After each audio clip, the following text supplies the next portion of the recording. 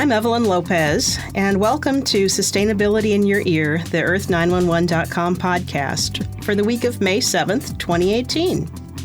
On today's show, we're going to talk about how you can save the monarch butterfly, some simple steps for cutting your energy use.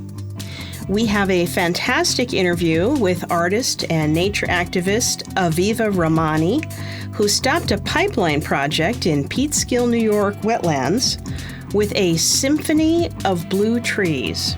She copyrighted the music, which was painted on trees, and thereby protected the wetland and prevented a gas pipeline from passing within 105 feet of an active nuclear power plant. We've also got reader questions and much more. So how is everyone today? Well, doing well here. Good to be back with you in person, Evelyn, after your European sojourn. Yeah, it's nice to be in Tacoma today. How about you, Trey? I'm good. Sorry I missed you guys last week, but it sounds like a productive call you had. Well, we made the international connection and not with too much echo. It was a very exciting experience. It worked. I have to say, not being at a 9-hour time difference is a real plus, though. But you had a bottle, or was it a bottle or a glass of wine? Well, it was midnight, so by that point, it maybe was a bottle. So, Trey, where are you joining us from today? I am in the Phoenix area in Arizona. Fantastic. And is it hot there? Actually, it's been pretty cool lately. We'll call it global cooling. We've had 100 degrees so far, 1 or 2 days this year, but we've been down in the 70s and 80s the last couple of days, which has been pretty nice. Oh, that's pretty nice. Well, we've been doing pretty well here in the States because the rest of the world is having major heat waves. We're cold. Yeah. Of course, that gives certain people an argument that there is no global warming. That's right. That's right. Because they all expect it to be like Hades. Yeah. All right. Well, Mitch, do you want to start us off and tell us a little bit about monarch butterflies? Well, we had a great story a couple of weeks ago about 4 ways to help a monarch butterfly, not a monarch butterfly, but the entire species, recover from a long decline. You know, monarch butterflies aren't just beautiful. They're essential pollinators. And in the last 25 years, 2/3 of the monarch butterfly population has disappeared. This year, there are about 16 million fewer monarchs than there were in 2017. That's a tremendous change. And so individual action is critical to protect these endangered species. So what can we do? Well, Gemma laid out several steps. The first was engage in citizen science. A lot of people can participate in surveying the population, doing studies of how they reproduce, watching whether or not they're getting the eggs laid in their yard and so forth. And the U.S. Fish and Wildlife Service has a species assessment that you can participate in to determine whether to list the monarch butterfly as endangered species. And that decision is due next June in 2019. And the assessment depends on data that's going to be provided by people all over the United States. So anyone can participate, and you don't need scientific training in order to do so.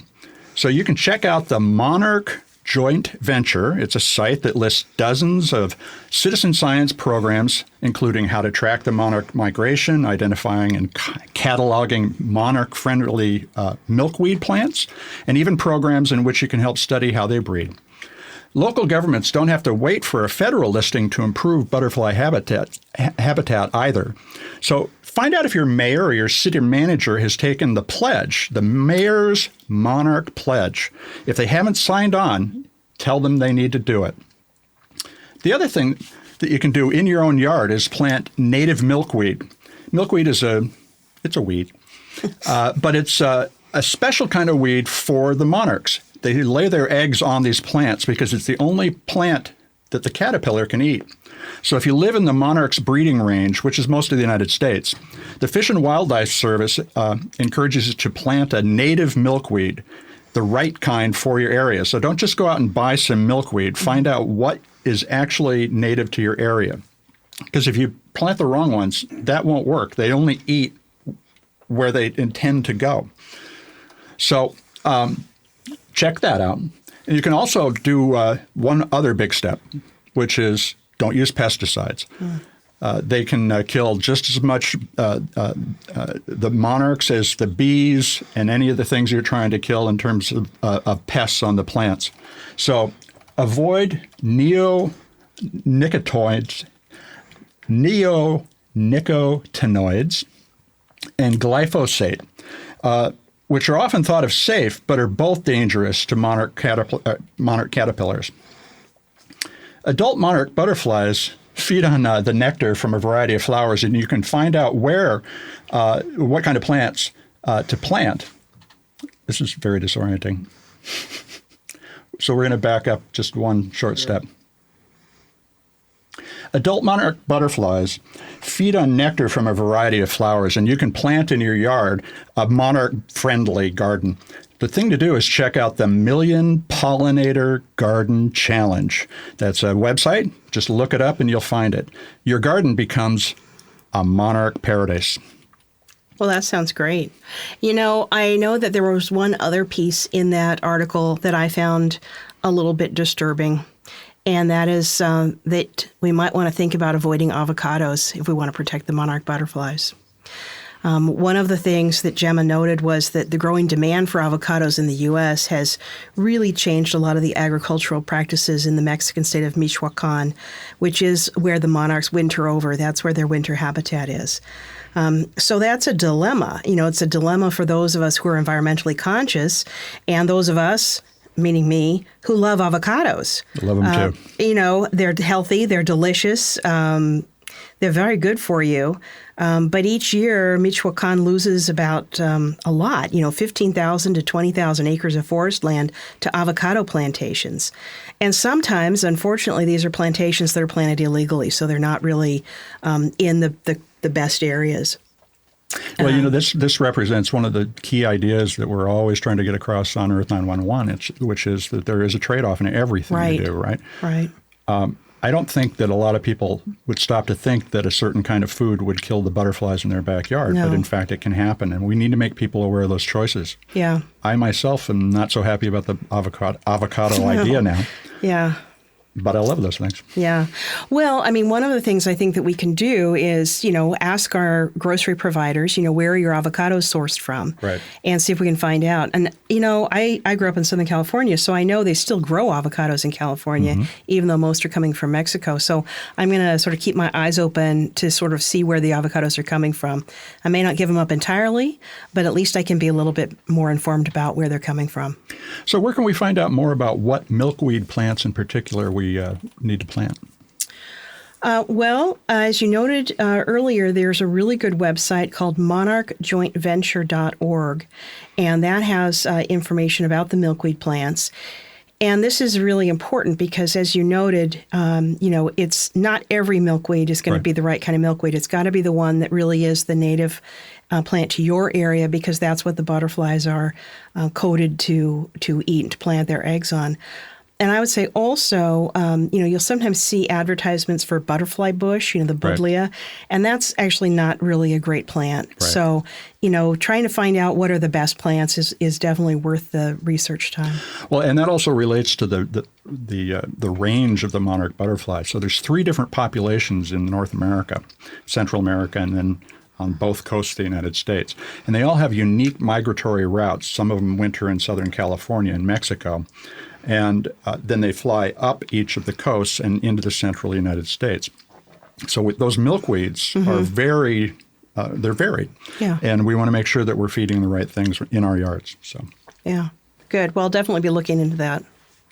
And if you guys ever get a chance, I would recommend checking out just south of San Francisco. There's actually a monarch butterfly sanctuary in Pacific Grove. You can see thousands of them just migrating around the trees. It's amazing. And they always looking for support as well.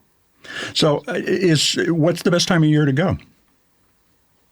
They usually say October, but you can find them year round. You just kind of have to stay far away. So you have to look through binoculars. They don't want anyone to get too close because monarchs, they're very sensitive to human touch. So you want to make sure you're not too close to them. And are they in Phoenix right now?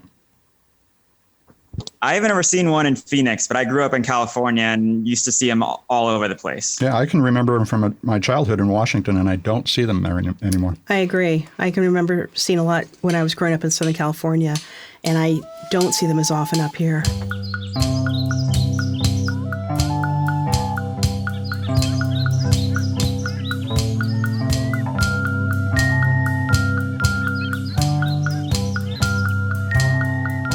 Well, next up is some information about your energy bill and whether it may be going up.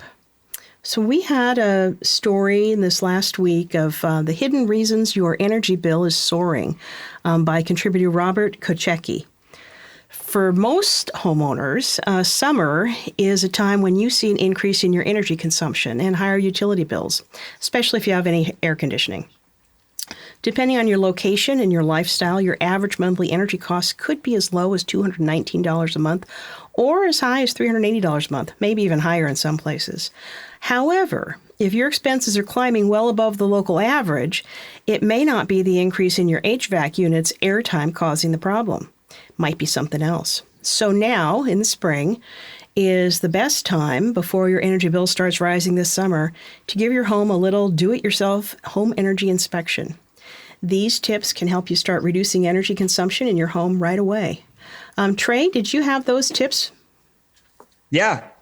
The first one is you want to make sure that you are cleaning the HVAC system coils. It's something probably people haven't thought of doing before, and you can actually hire someone to do it for you. It's a pretty easy process, but if you can clean those coils, it'll decrease your consumption of energy by 30%. So do you do that with a blower, basically? It's probably best to at least consult a professional the first time and see how they do it. It's not something I would recommend necessarily for a DIY. So that's a good first tip, is check out your HVAC unit. Another good one is looking at the age of your appliances, especially if you have been in a home for 20 or 30 years and you're still working on your first refrigerator, first stove. The Energy Star program started in 1996 as far as rating appliances. And so a lot of the appliances that have been manufactured since then are much more energy efficient.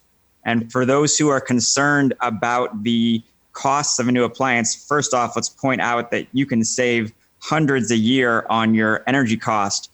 But also something you should be aware of is the Energy Star website, which is energystar.gov.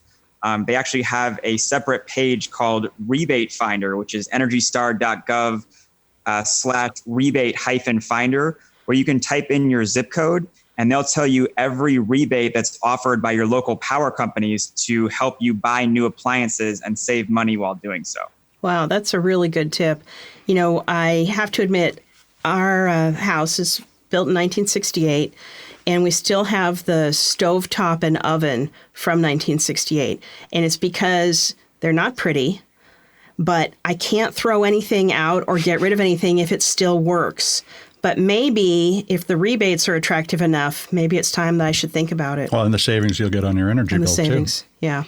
So the next thing we want to do is check the water heater in the house. During the summer, why keep the water heat as high as you do during the wintertime? Because your water heater is always working to stay close to the temperature you set. And, of course, it's easier in the summertime. So don't turn it up as high, and you won't use as much power in the middle of the night, so for instance. So turn this temperature down 2 or 3 degrees, and you're going to save quite a bit. That can save you, in fact, about 10% annually. And if you insulate it, you can pick up another 7 to 16%.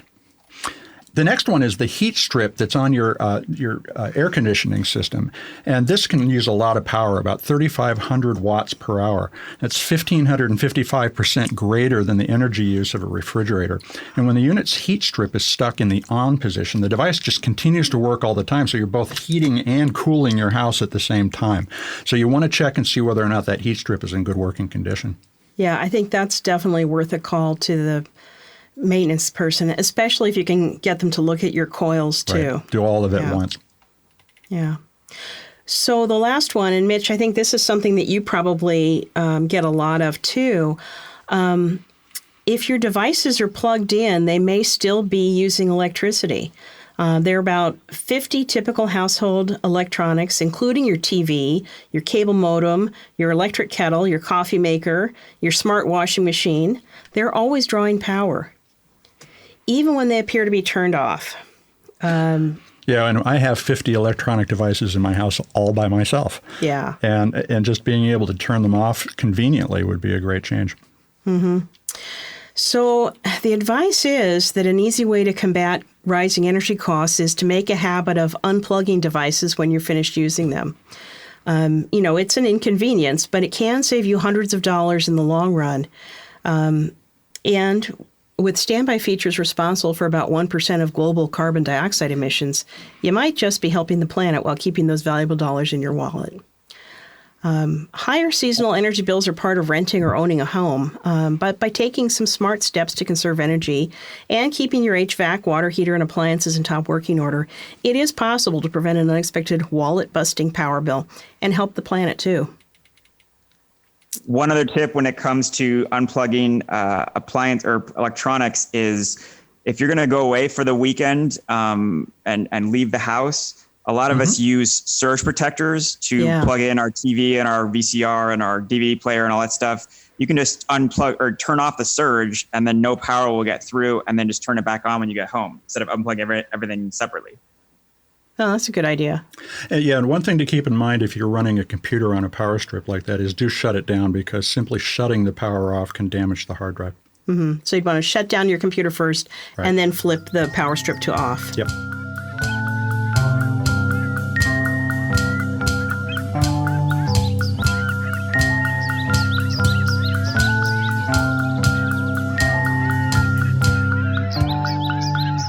Our next story is one that I think Trey covered, and that is about recycling tennis shoes.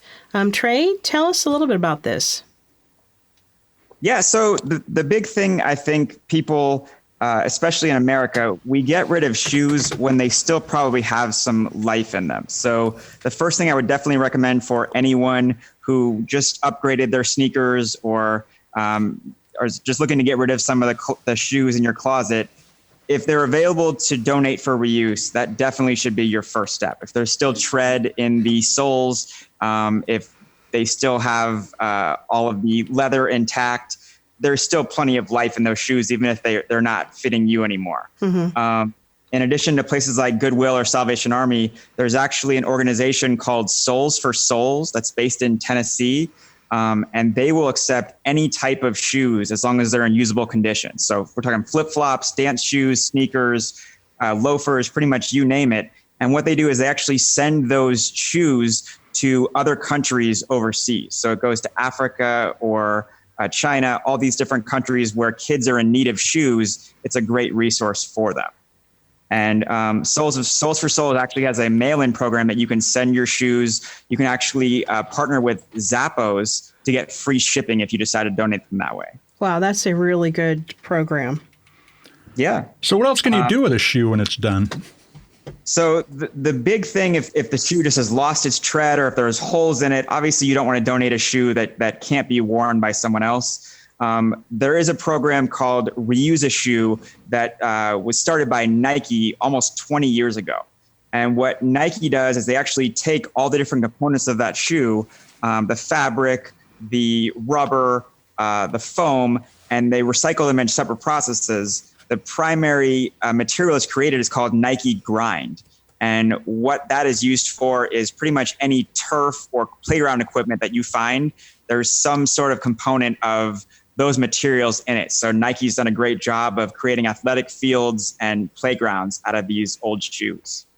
So that's even used in the NFL and Major League Baseball, I understand. That is correct. And other manufacturers have created programs. There's a company called I:Co. I think it's short for I Collective. They're actually a shoe recycler who's partnered with other manufacturers like Adidas and Asics to collect shoes for recycling. Great. So we talked about big brand shoe companies, but what about recycling programs from places like a shoe chain, like Payless Shoe Source? I'm unaware of any individual retailers that offer shoe recycling programs outside of manufacturer-run retailers like Nike and Adidas. I think most of them, they have programs internally to collect any remaining shoes and process any of the waste from the stores, but they haven't branched out yet to consumer-facing recycling. And then you mentioned Zappos. They work with Soles for Souls. How else? What's involved in that? Can you send a bunch of shoes at one time? Yeah, they actually will take up to 50 pounds, and they don't just do shoes, they'll do clothing as well. So you can go to their website and you can print a UPS shipping label, and they will cover all the costs. You just got to provide your own box. So it's super helpful if you're looking to clean out the closet, and none of the stuff is at all stuff you would wear or give to others in your family. It's very likely that Zappos will accept it, and for shoes, I'll give them to Soles for Souls. Well, that's great. Thanks, Trey.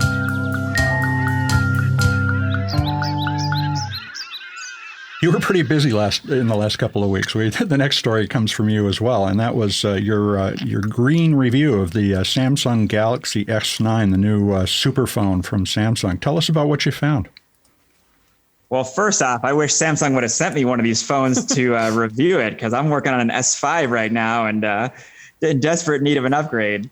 But yeah, the Samsung S9, they've actually made some really good improvements just over the S8.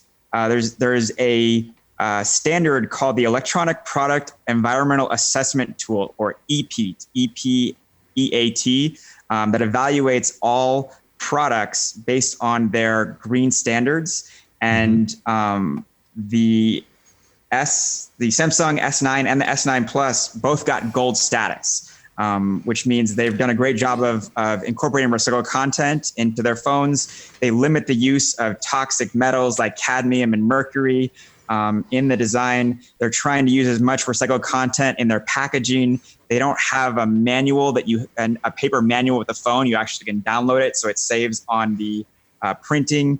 And Samsung is top of class as far as the EPEAT standards. That's great. You also found that the battery life is a lot better. What does that mean for the phone? Yeah, so one of the big things we've talked a little earlier in the podcast about keeping electronics plugged in. And I think it's kind of second nature for people when they have a cell phone. They want to keep it charged, so they just automatically will plug it in and keep it overnight. The great thing about the Samsung S9 is it actually, in independent testing, beat out the iPhone X as far as battery life. And so if you're looking to make a decision based on how much you're going to have to charge that phone, the S9 actually has come out ahead as far as how long it will last before we need to be charged. And the other thing they've done is they've utilized the USB Type-C port, which is the standard technology for smartphones to charge. So if you're upgrading from an 8 or switching phone brands from another Android type phone, you can actually use your old charger to charge your S9. You don't have to actually go out and buy a new one for it. That's great, because the Apple chargers are a street crime. So what about when we're done with these phones and you're getting ready to go to the S10? What does Samsung do about that? Yeah, the standard life for American phones is that you upgrade them every 18 months. And that might even be faster now if these smartphones just keep adding on more features and making it more desirable every year to get a new phone. The nice thing is that Samsung has guaranteed that it will provide 3 years of software updates for the S9 Enterprise. So that means if you are worried about, hey, I don't really know if I'm going to have money in a year or year and a half to buy a new phone, Samsung is going to guarantee that phone will work for you as far as software for 3 years. That's once great. You are looking to get rid of it, cell phones are one of the easiest things in America to recycle. Pretty much anyone, electronic stores, cell phone providers, there's a huge market for the material because there's so many valuable different metals within that cell phone that you shouldn't have trouble finding a recycler at all. I mean, Best Buy, Staples, Walmart, and then any of the Verizon, Sprint, T-Mobile, they will all provide you with recycling options, and they'll actually pay you if you go to the phone if you go to the phone provider, they'll pay you for your old phone. Yeah, the amount of just gold and valuable metals alone is $45 to $50 in the average phone these days. So there's a tremendous incentive. It's unfortunate that we aren't aware of that in all the other products that we use. But these phones are so cutting edge that they basically are a small mine in your pocket for the next generation of products. It's amazing. Well, next up, we have a very interesting interview with Aviva Ramani. Aviva is an artist who saved a wetland in Peekskill, New York, with a work of art called the Blue Treed Symphony. It's a beautiful work and smart activism that included members of the community. She used copyright law to contest the power of eminent domain, which is used to seize lands for development. So let's listen to this interview. Aviva Ramani, welcome to Sustainability in Your Ear, the EARTH911 podcast. You've done just a beautiful work in Peekskill, New York, called the Blue Trees Symphony.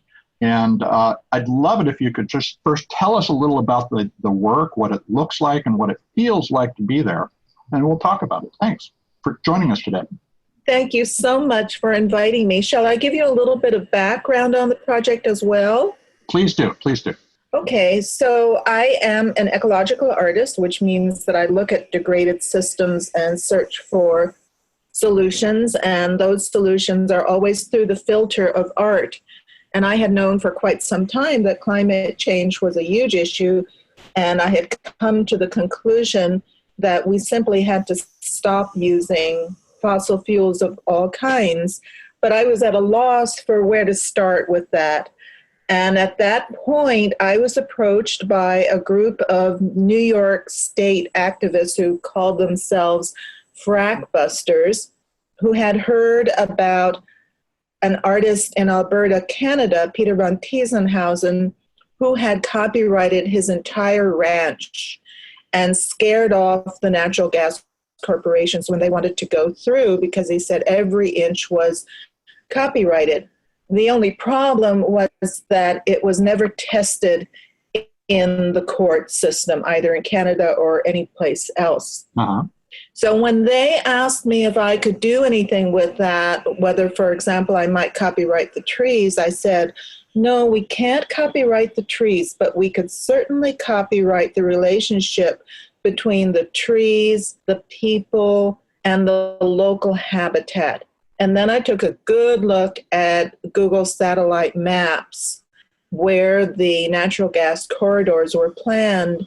And immediately what I saw was these are potential musical lines that extend across the continent.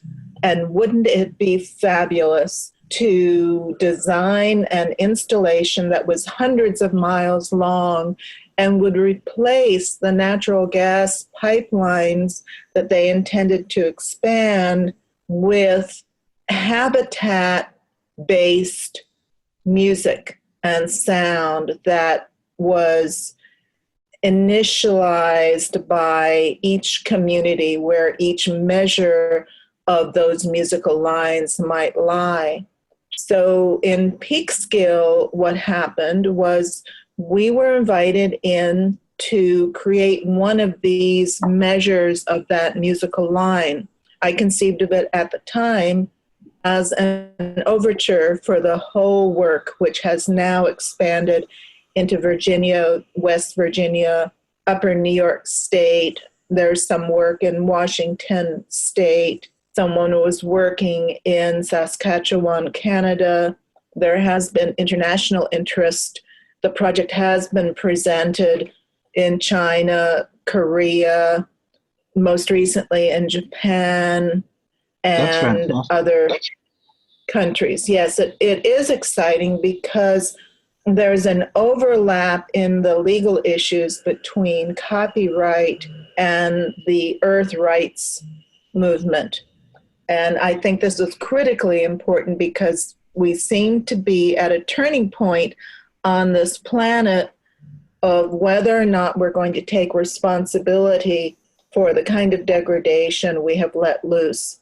I was going to say, so tell us what the experience of being among the blued tree symphonies is like for the viewer. And I know that there's an audio component to that. Could you describe that? Yes. So when I looked at these potential musical lines, what I thought was, well, each tree might be a note in the measure. So I designed a measure by looking at the satellite photographs that I conceived of as aerially synesthetic, meaning that it was both visual and acoustic. So the designation of trees became the designation of musical notes in the landscape. And for each 1/3 mile of these musical lines, there's a melody, a refrain that repeats, and it goes.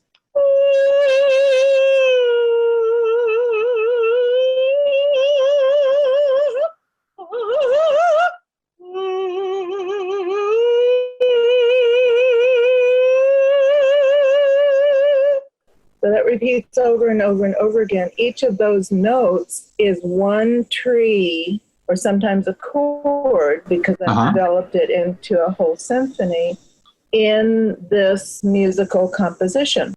I understand that the score replicates patterns of sound that will interfere with heavy machinery as well.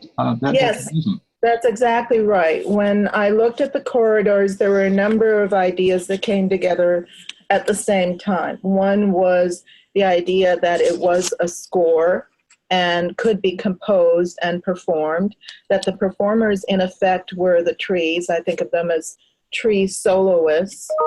And then each of those trees has its own habitat, which has another dimension of the acoustics. But the way I patterned that initial refrain was about stopping heavy machinery. So it's a series of diagonals across the length of the corridor and triangles if you were going to conceive of musical lines in terms of patterns on the ground.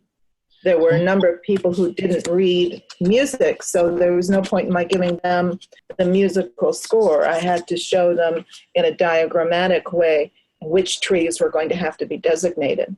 And so people came out and helped paint the trees with the sine waves. You used a non-toxic paint, obviously. How did you get folks involved to do that? Or were those the people who brought you in the first place? Those were the people who brought me in, and then they brought in their friends. And in each location, there was usually an artist who had heard about the project and was part of an activist community that was trying to stop that pipelines. And they just brought together teams of people.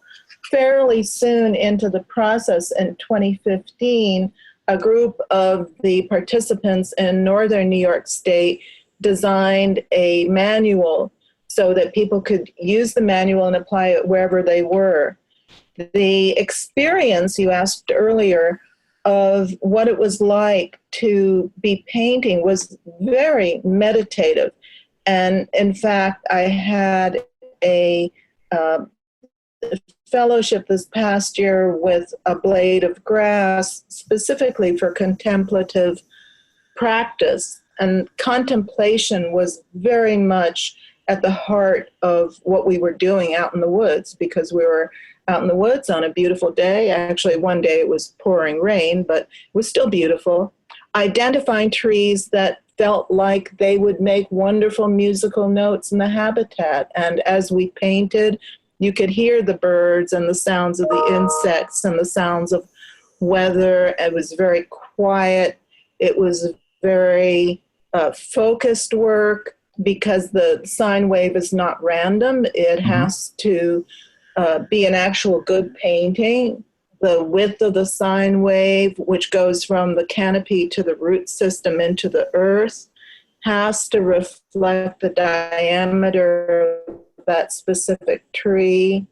The configuration of the sine wave was something that had to make sense if you stepped back from it, not just random paint marks on a tree.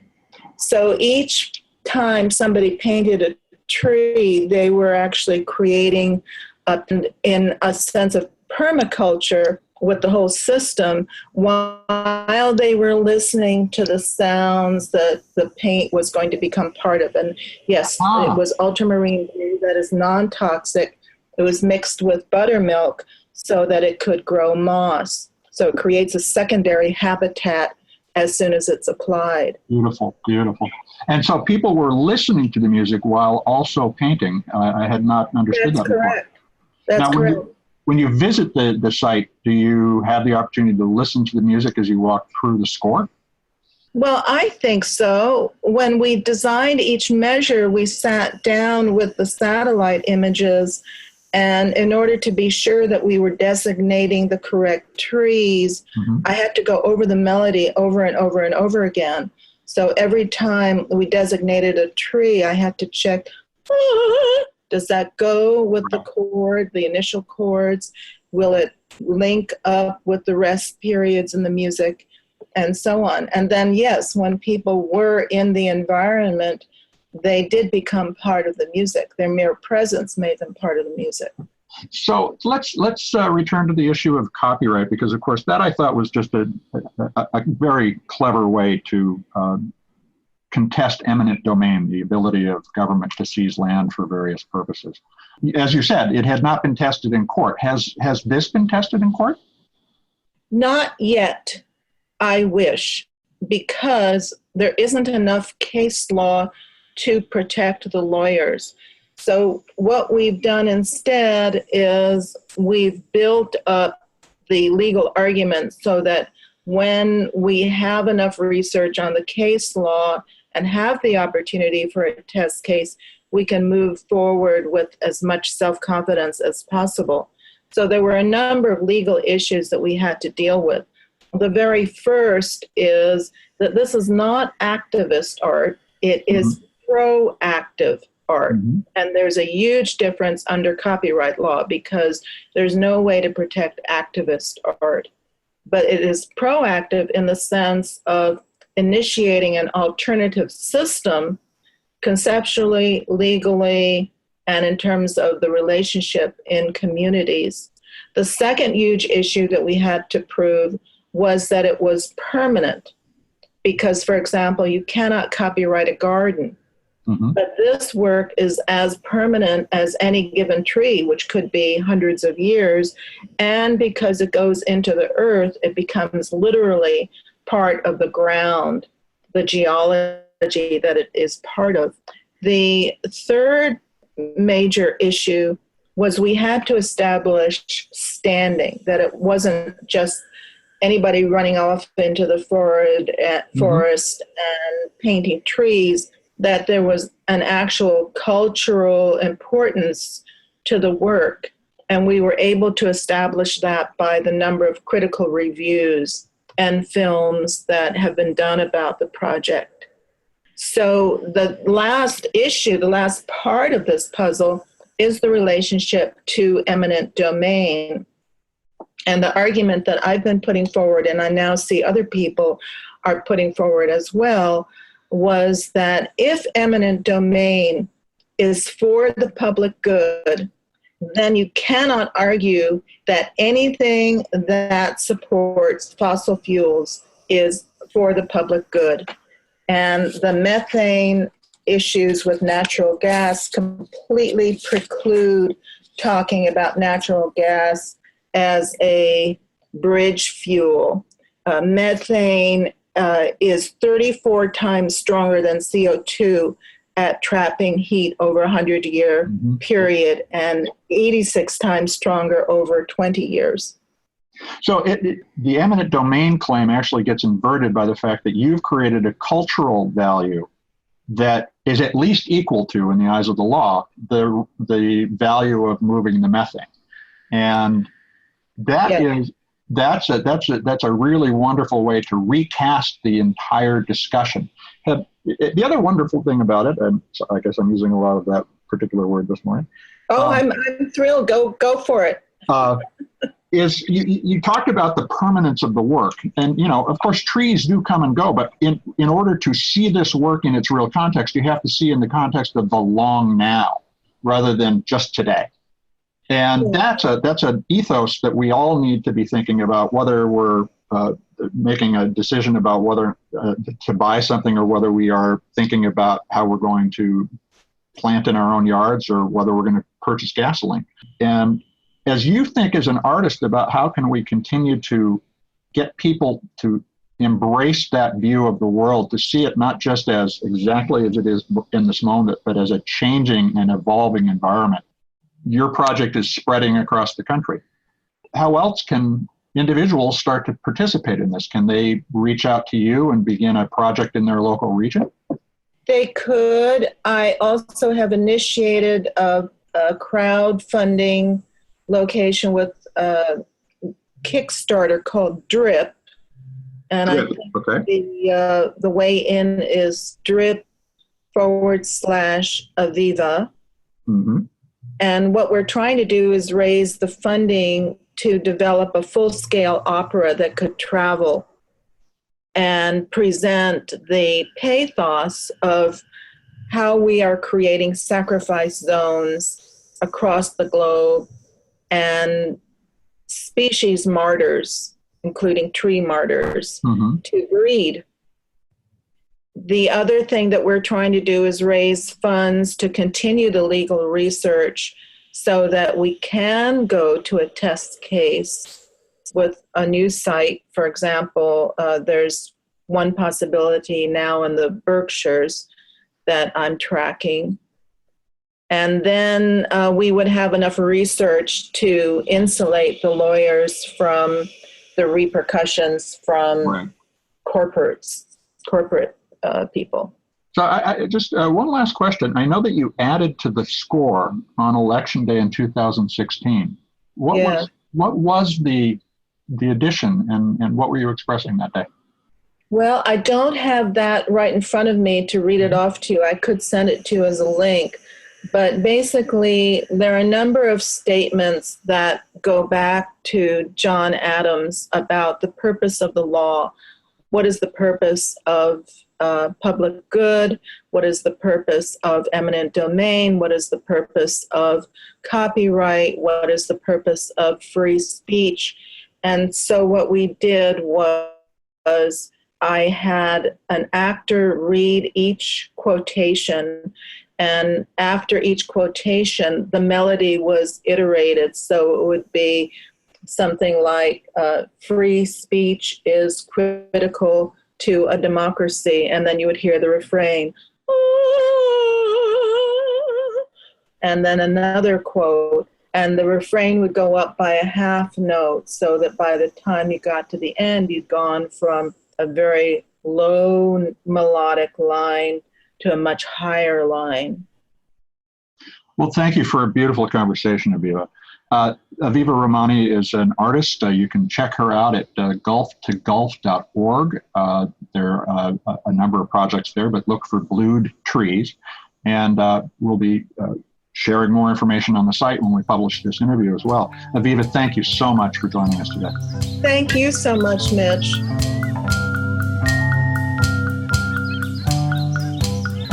Okay, well, that was really fascinating and raises a lot of questions of how maybe artists can use their copyright ideas to engage in other activism. Yeah, I thought Aviva, just made great points about the role of the artist in the community. She led a group of people out there into the wetlands. She used the law. Mm-hmm. She didn't, she's continuing to do a lot of activism. In fact, she's participating in other podcasts on a regular basis now as a result of that project. So it's great to see her stepping up and taking that lead. So let's get to the reader questions. Okay. Our first question is from Jeannie in St. Anne, Missouri. And Jeannie asks, how do I recycle railroad ties? Well, this is, railroad ties are popular as a decorative part of the lawn. A lot of people use them for walls and as back banks and so forth.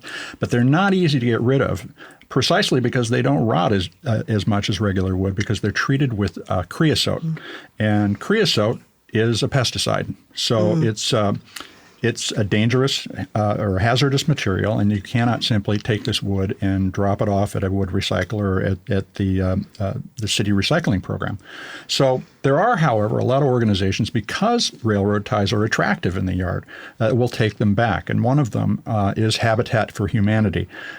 You'll need to call the local Habitat office to see whether or not they will take them. But in our case, we looked at where Jeannie lives, and she's in St. Louis, and Habitat for Humanity Restore, about 14 miles from where she lives, will take them based on what we read. Now, when you're disposing or moving railroad ties, and I've done this a few times and made the mistake of not wearing gloves at one point, you must wear gloves. Because it will actually inflame your arms. And so gloves and long sleeve clothing is really important to keep in mind as you go out to take care of these things. You don't want to touch the creosote as much as possible. The other thing is if you start to use a power saw to cut the ties, wear safety goggles because, again, the creosote in your eyes is bad for you, but you also want to wear a breathing mask because you don't want to breathe the dust. Mm-hmm. And finally, don't burn these things because the chemicals will turn into toxic fumes when burned. I have to say, I have noticed railroad ties can be very attractive in landscaping, but this list alone makes me think that I'm probably not going to want to use them. Yeah, it occurred to me, too, that, I was looking at doing a compact garden and using ties to hold the raised bed. Mm-hmm. And now I'm thinking I don't want to do that. No, I don't think so. What do you think, Trey? Would you plant with creosote around? I probably would not. Succinct and to the point as always. Thank you. So the next question we had came from Barbara in Strongsville, Ohio, and she asked, what should I do to recycle plastic shopping bags? This is a very, very common question. So Trey, what do you say? You are a plastics expert. I know that. Plastic bags, I've seen very few curbside programs that will accept them. They provide somewhat of a challenge for the material recovery facility or the MRF because they can get jammed in the machinery. The only places I've really ever seen where a curbside would take them are in California because they're just so concerned about them ending up in the ocean. Mm-hmm.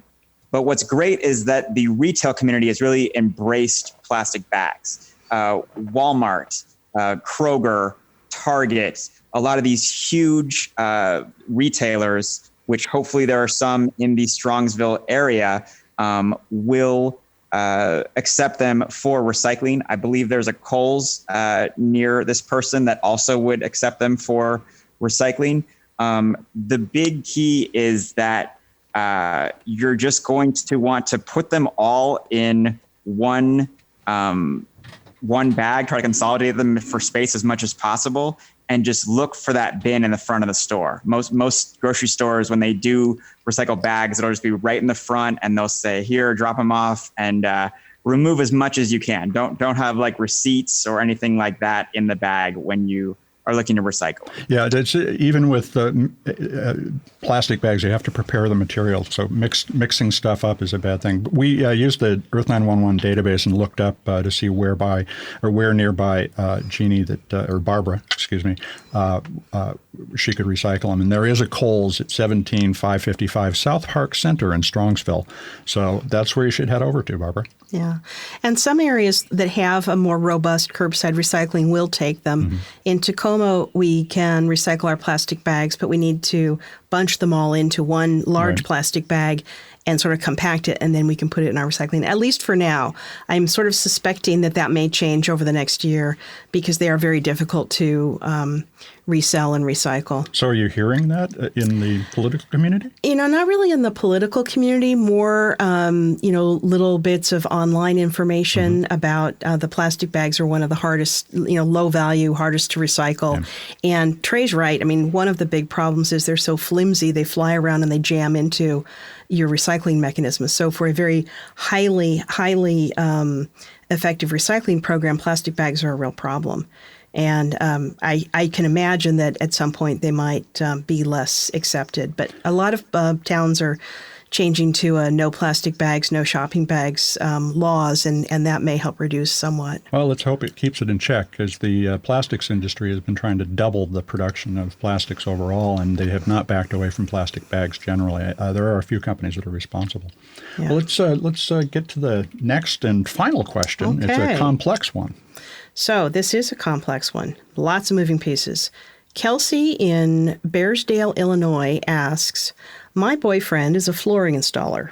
Can you recycle carpet, pad, vinyl, tile, wood, etc.? If so, how do I go about finding someone in the central Illinois area that might accept this? Well, indeed, each of the types of flooring that Kelsey asked about is recyclable, but there's a different process for each one.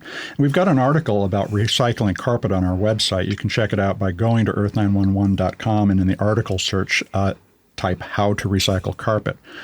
Carpets are full of different complex fibers that make them impossible to break down in landfills. So you just can't dump this stuff into a landfill and expect it to decompose. It's going to stay there. So despite those complications, nearly all types of carpet can be recycled these days. And depending on the fiber, carpet can be broken down and used to make a new product. It can be used to make another carpet, and it can be used in other non-wearable or household uses. But the lack of infrastructure means that carpet recycling procedures are always a case-by-case situation, just like we were talking about with the plastic bags. Depending on what the carpet is made of and where you live, you're going to find a different result. But we think the best first step is, obviously, if you're taking carpet out, you're probably putting carpet in. So ask the dealer who you bought the carpet from to find a local solution, or literally to haul the stuff away, and make sure that they're not going to dump it in a landfill. So this is one of the ways that consumers can act on a big ticket item to get a company to act in a responsible and appropriate way. There's also a program called CARE, Carpet America Recovery Effort, that's a nonprofit working to develop the infrastructure needed to recycle carpet efficiently across the United States. So in the meantime, find a carpet recycling facility near you with our recycling locator search tool. Now, what about wood, Trey? What can we do with wood flooring? So wood is also recyclable. Many of these products are going to fall under what's known as the C&D waste, or construction and demolition. Mm-hmm. And what's great about the EARTH911 directory in this case is we've actually partnered with organizations like CARE and then Owens Corning to find a lot of these C&D recyclers and include them in the directory. There is going to be, it's not a huge amount of businesses out there that will accept the material, probably one or two per state on average. But the great thing is, because this person who asked Kelsey, because her boyfriend is in the commercial space and installer, he's going to have a lot of quantity. So companies are going to be a lot more likely and excited to partner with him on collection than they would for a consumer just saying, hey, I have one piece of carpet, or I have, a few wood slats from my floor that I'm looking to recycle. You raise an interesting point. It's one that I've been thinking about in the recycling industry, and it's how do you get the right amount, the scale you need to get the recycler to engage. And a lot of small businesses have an opportunity to be that point of aggregation and should be thinking about it. So it might also be another sideline for her boyfriend in terms of revenue. Well, and I have to say, when I'm looking for a service provider or a business that I want to work with, if they advertise that they have a recycling program, I am a lot more likely to use them. Yeah, and that's becoming prevalent with a very large part of the population. More than 66% of people will say that now. Yeah, so figuring out how to recycle your materials is actually a really good business decision. So there was one more type of material, and that's vinyl or PVC, which is a recyclable number 3 plastic. But a lot of locations won't accept this in bulk. And that's the challenge again, is it a large enough amount to make it worthwhile to the organization that you're going to give it to? We did a little search to see whether or not there was something local. And again, Habitat for Humanity Restore in Champaign, Illinois, which is a distance from her location, but it's at 119 East University Avenue in Champaign, says that they do take this in. Now, as always, we will caution you should call ahead and confirm that. Yeah. Well, the Habitat stores can be a great source for all kinds of paint, building equipment, everything. So that's a good resource. And they also put it to work to help people who need housing, and Yeah. that's a wonderful thing. It is. It is. Well, that's all we have this week. Join us every week on Sustainability in Your Ear for recycling tips, interviews with sustainability leaders, artists, policymakers, and the leaders of the recycling movement, and our readers. I actually think of our readers as leaders of recycling. Well, I think they just may be. They certainly ask good questions. They do. If you have a question you'd like answered on the air, send an email to feedback@EARTH911.com. Thanks, and we'll be in your ear next Monday. Thanks, Trey. Thanks, Evelyn. Thanks. We'll see you next week. Thanks, guys.